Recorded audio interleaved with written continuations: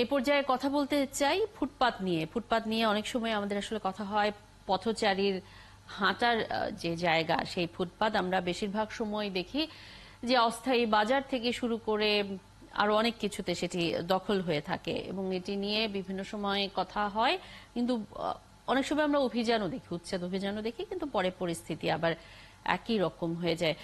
আমাদের সাথে এ বিষয়ে কথা বলতে যুক্ত আছেন অধ্যাপক ডক্টর আদিল মোহাম্মদ খান, সভাপতি Bangladesh institute of planners BIP. শুভ সকাল, আপনাকে স্বাগত জানাচ্ছি একাত্তর সকালের আজকের আয়োজনে।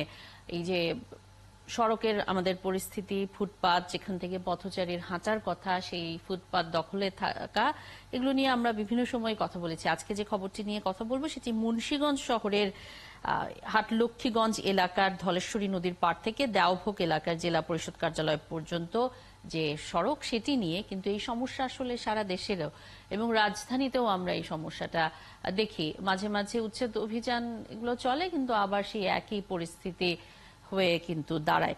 এই যে সমস্যাটি নিয়ে তো আমরা অনেক কথাও বলি কিন্তু শেষ পর্যন্ত ফুটপাত কেন পথচারীদের জন্য হয় না, আপনি এর কারণ কি দেখেন?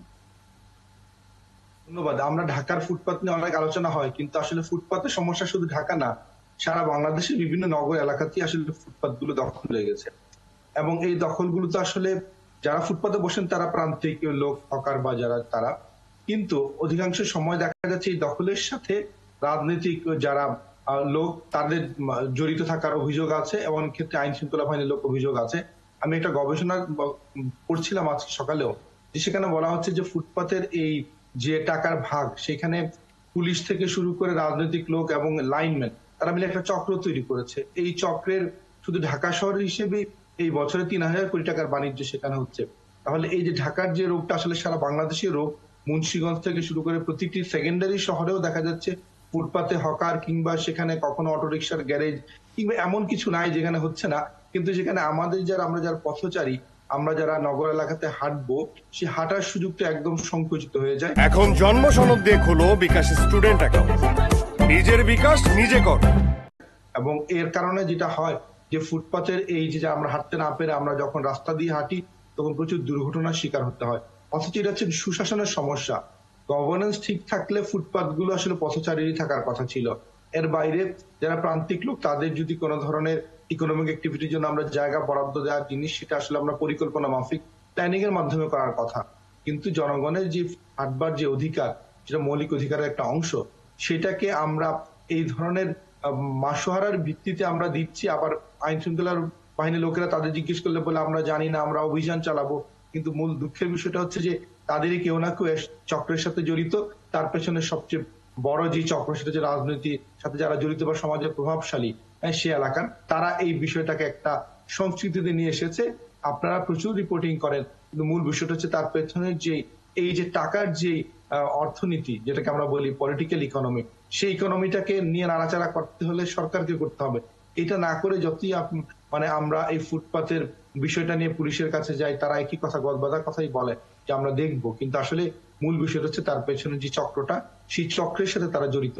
এই কারণেই আমাদের এই সমস্যার সমাধান হচ্ছে। এবং আপনি ফুটপাত দখল বলেন, নদী দখল বলেন বা যে কোনো ধরনের অবৈধ স্থাপনা বা অবৈধ এই ধরনের বিষয়গুলোতে আমরা দেখে থাকি যে রাজনৈতিক দলের বিভিন্ন জনের সংশ্লিষ্টতা পাওয়া যায়, তাদেরকে মাসিক চাঁদা দেওয়ার ঘটনাগুলো কিন্তু থাকে। কিন্তু এই যে ফুটপাতে যে হকাররা বসছেন তাদেরকে বিভিন্ন সময় আমরা দেখি যে অনেক সময় তুলে দেওয়া হলো, পরবর্তীতে আবার তারা এসে বসছেন। তাদের জন্য আলাদা করে বসার জায়গা, তাদের সেই বিষয়টি নিয়েও তো অনেক কথা হয়েছে এবং সেই ব্যবস্থা করলেও তো ফুটপাতের পরিস্থিতি অনেকটা ভালো হয় এবং মানুষ হাঁটতে পারে সেই জায়গাতে। ওই আলাদা ব্যবস্থা করতেও আপনি কি ধরনের বাধা দেখেন বা সেটি আমরা কেন আসলে করতে পারি না শেষ পর্যন্ত? আসলে ফুটপাতে যারা বসেন সেই হকারদের ইকোনমিক লাইফলাইন টিকিয়ে রাখার জন্য অনেক ধরনের বিকল্প পরিকল্পনায় আছে, কিন্তু মূল অসুখটা তো আসলে এই বিষয় যে হকাররা বসছে এটা না, বরঞ্চ যারা এই ইকোনমিক অ্যাক্টিভিটির সাথে জড়িত, যারা মাসোয়ারা নিচ্ছেন। যখন আমাদের সরকারের পক্ষ থেকে কখনো ইঁদুর বিড়াল খেলা আমাদের মেয়ররাই বলেছে যে আমরা সরিয়ে দিই, পরে আবার চলে আসে। আসলে যারা তাদেরকে বসায় তারা তাদের মাসোয়ারা প্রাপ্তির জন্যই তাদেরকে সেই আশ্রয় দিয়ে আবার বসাচ্ছে। সারা পৃথিবীতেই হকার ম্যানেজমেন্টের একটা গাইডলাইন আছে। হকারকে কিভাবে ফুটপাতের নির্দিষ্ট জায়গায়, নিশ্চয়ই একটা রাস্তার অনেক বড় জায়গা আছে, তার কোথাও না কোথাও ফুটপাতে আমরা হকার অ্যালাউ করতে পারি, যেহেতু সেই জায়গাটা আমরা যদি পরিকল্পনা দৃষ্টিকোণ থেকে আমরা যদি সেটাকে যথার্থ মনে করি, সেটার জন্য স্টাডি হতে হবে। কিন্তু একদমই আপনার কোন ধরনের স্টাডি ছাড়া লাগাতার আপনার পুরো রাস্তা জুড়ে মানে হকার, এবং বিশেষ করে অনেক সময় হকারের বাইরে দেখা যায় যারা পাশের দোকানে তারাও তাদের মালামাল রাস্তার মধ্যে রাখছেন। এই বিষয়টা হচ্ছে যে আসলে আমাদের সংস্কৃতির অংশ আমরা বানিয়ে ফেলেছি, কিন্তু আসলে সংস্কৃতি না। এটা হচ্ছে যারা মাসোয়ারা পান তারাই এই বিষয়টাকে লালন করে।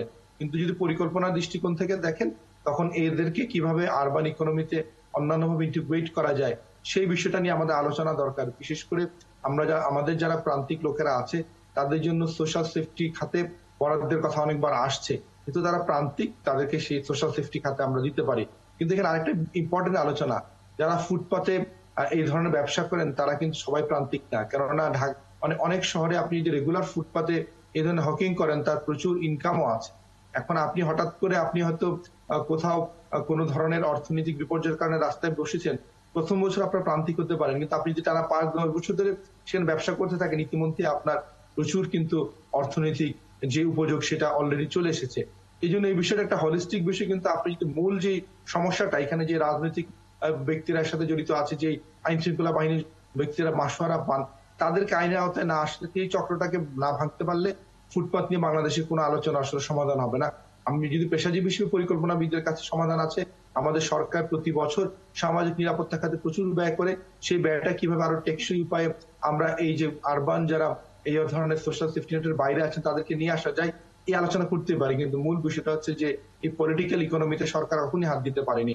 ঢাকার ক্ষেত্রে যে ৩,০০০ কোটি টাকার বাণিজ্যের কথা একদমই সাম্প্রতিক সময় ডয়চে ভেলেতে রিপোর্ট হয়েছে, তাহলে ৩,০০০ কোটি টাকার মতো এত বড় বিষয়, কিন্তু ফুটপাত সত্যিকার অর্থেই যদি আমরা এটা সেই অর্থে ৩,০০০ কোটি টাকা পেতে পারি, তাহলে রাষ্ট্র কেন পাবে না, কর্পোরেশন কেন পাবে না, কেন মাসোয়ারার মাধ্যমে আইন শৃঙ্খলা বাহিনী বা রাজনৈতিক নেতৃত্ব পাবে? এটা আসলে সরকার এটাকে দেখে না দেখার ভান করছে, এটা স্পষ্ট। এবং কারা এই জায়গা থেকে মাসোয়ারা নেন এটা সরকার জানেন, আইন শৃঙ্খলা বাহিনী জানেন, দেশের গোয়েন্দারা কাজ করেন, তো এগুলো তাদের কাছে অজানা না। কিন্তু মূল বিষয়টা হচ্ছে যে আমরা যারা নাগরিকরা, আমরা যে শুধুমাত্র, যেটা আমি একটু আগে বলছিলাম যে ফুটপাতে হাঁটার অধিকার থেকে বঞ্চিত হচ্ছে এমন না, আমাদেরকে বাধ্য হয়ে ফুটপাত ছেড়ে রাস্তায় হাঁটতে গিয়ে আমাদের প্রচুর দুর্ঘটনার শিকার হতে হয়। আপনি জানবেন যে বাংলাদেশে যারা দুর্ঘটনায় পড়ে তাদের অনেকটুকু পার্সেন্টেজ হচ্ছে পথচারী। পথচারীরা তো আসলে আমাদেরকে হাঁটতে হবে, এটা আমাদের অধিকার। এটাকে যদি আপনি বাদ দিয়ে আপনি নগর চিন্তা করতে পারেন না। আর নগরে আপনি অনেক প্রচুর ফুটপাত বানানো হয় নতুন নতুন, আমরা ঢাকা শহরে দেখছি নতুন ফুটপাতের মধ্যে অর্ধেকটা কাঁচা বাজারও আছে, এমন আছে, হকার তো আছেই। তাহলে এই যে এটা কি মানে নগর কর্তৃপক্ষের চোখের সামনে হয় না? অবশ্যই হয়। এটা তো নগরের কথা বলছি, নগরে একটা আরবান গভর্নমেন্ট আছে, মুন্সিগঞ্জে তো পৌরসভা আছে, জেলা প্রশাসন আছে, পুলিশ কর্তৃপক্ষ আছে, সবাই জানেন। হ্যাঁ, তো ঢাকার ক্ষেত্রে তাই, অন্য জেলার ক্ষেত্রে তাই, সবাই জানেন, সবাই বুঝেন, কিন্তু দিন শেষে কেউ এটা নিয়ে কথা বলতে চান না। কারণটা হচ্ছে এর পেছনে যারা কাজ করেন তারা রাজনীতির সাথে জড়িত, তাদের অনেকে আইন শৃঙ্খলা বাহিনীর সাথে জড়িত, বাণিজ্য রয়েছে, সেটি নিয়েও কথা বলতে চান না। যেটি আপনি বলছিলেন, আসলে সুশাসন নিশ্চিত করা গেলে সব সমস্যারই সমাধান হয়ে যেত। এই সমস্যারও সমাধান আসলে সুশাসনের মাধ্যমেই সম্ভব। অনেক ধন্যবাদ অধ্যাপক ডক্টর আদিল মোহাম্মদ খান, ধন্যবাদ আমাদের সাথে যুক্ত হবার জন্য।